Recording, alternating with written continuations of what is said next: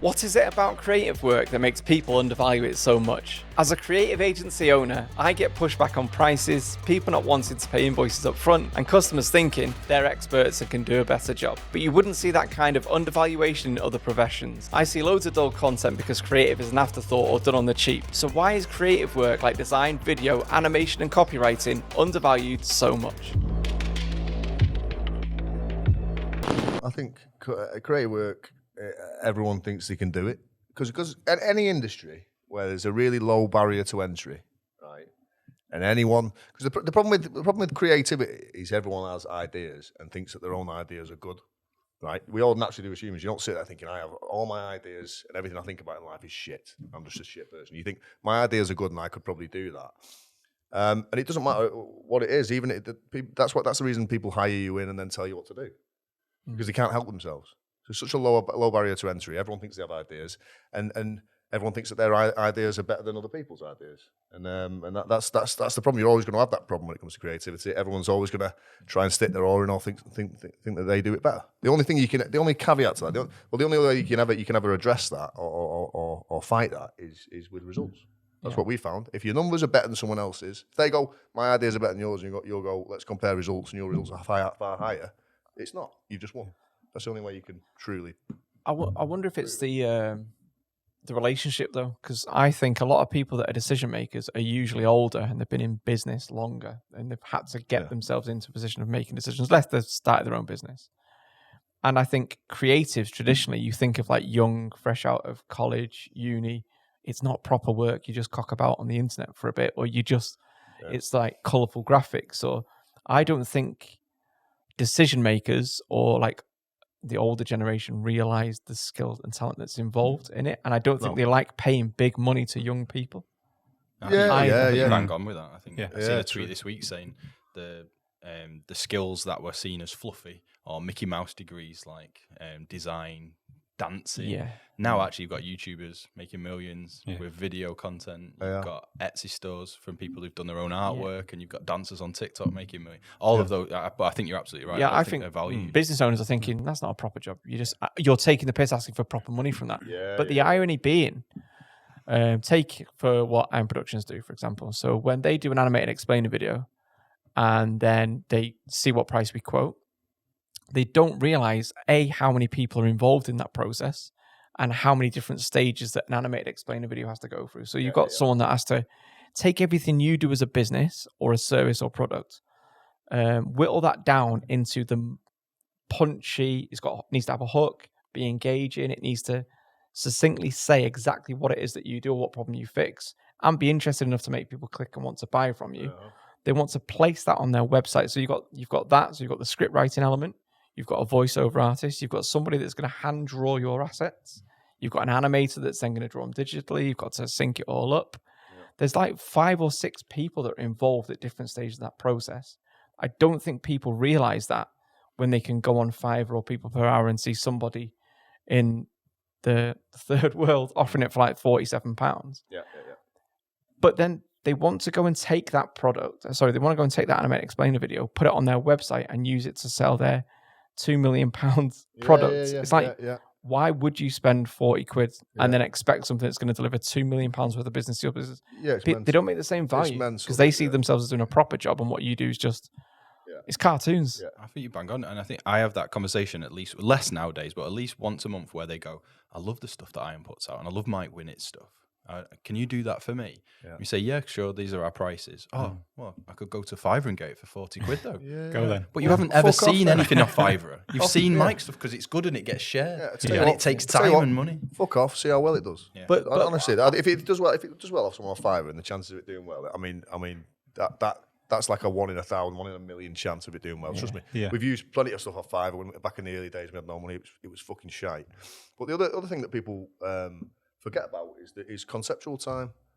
People really don't understand that piece because they go, oh, well, I when I've written blogs in the past, it only took me an hour or 2 hours. Well, yeah, of course it did. And how shit was it?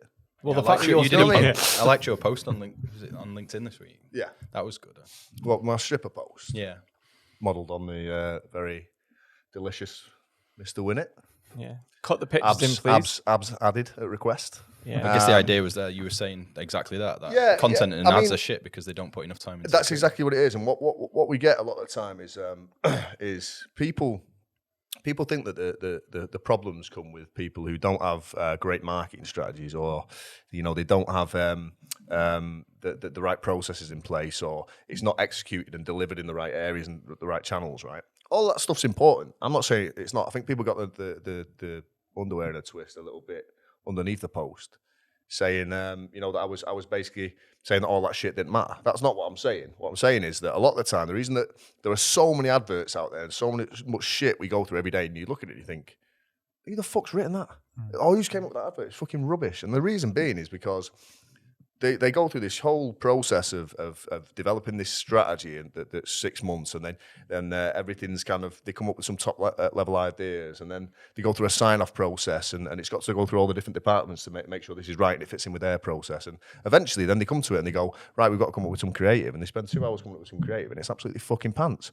Or they let some creatives in a room come up with something that might actually do well, and then it goes right down through that sign-off process again that just dilutes it into a pile of shit. And that's the problem. The creatives are undervalued.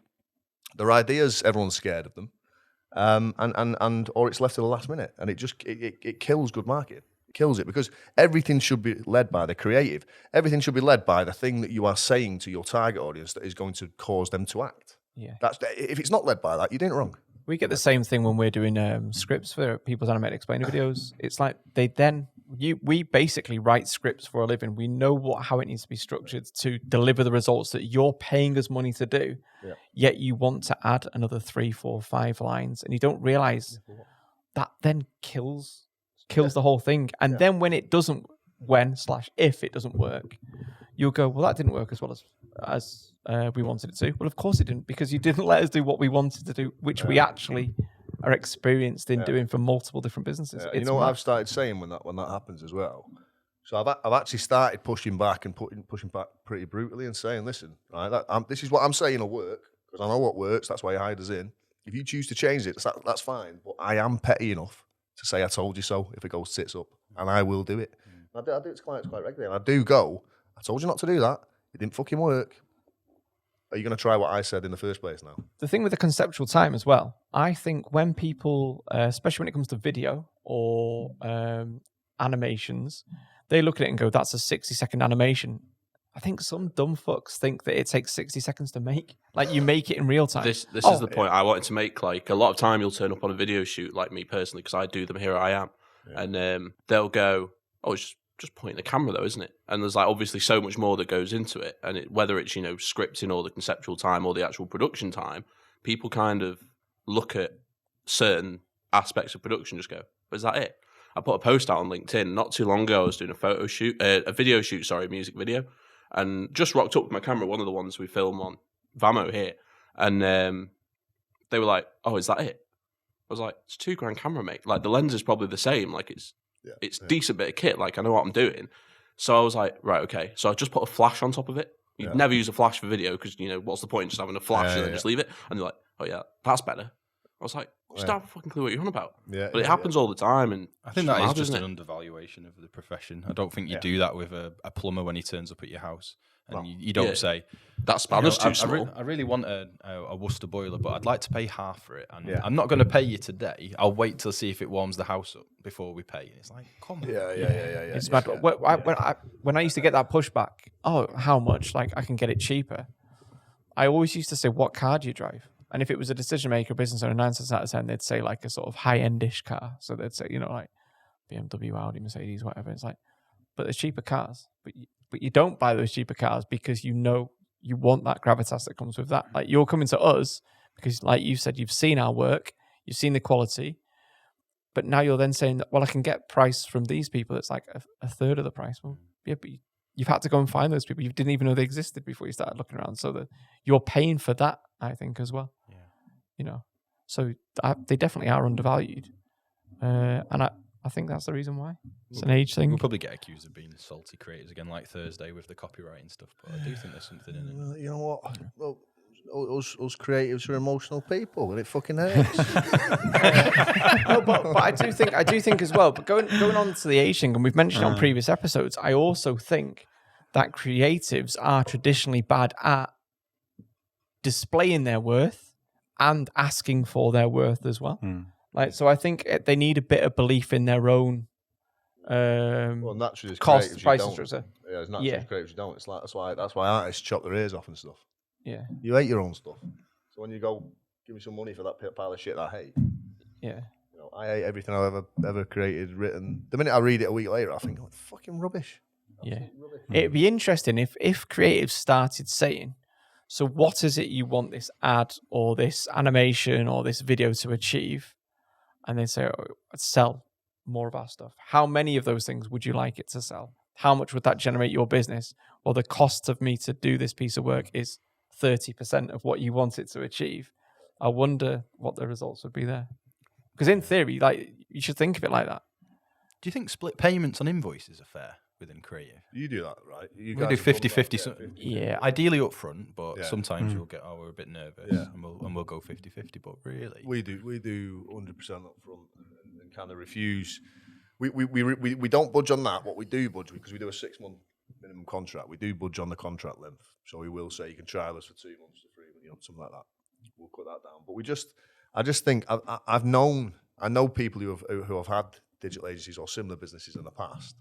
Very, very smart people, but they've collapsed either because they've relied too much on project work and no regular income, or they have relied on shitty payment terms from huge corporates, which just fucking kill small businesses. Which, I think you have to do everything you can to try and get as much money up front as possible for cash flow purposes, or you just die. You're a service-based business. It's more, your time is money, and you need that cash flow to be able to pay your staff. And from a buyer's point of view as well, do you think they're going to be happier working on your work and come up with a better idea if they've already had their money up front? Which are they going to try harder with? It's going to be the guy that's paying them the money up front and trust them. I think it's just a get out for some people. What they mean is, if we don't like it, we're not going to pay you. Thanks for watching the Views My Own podcast. If this is your first time here, don't forget to subscribe to the channel and leave your comments below. And also, we've got an online community that helps you improve your marketing, get better at sales, and make your business a little less shit. Click the link in the description.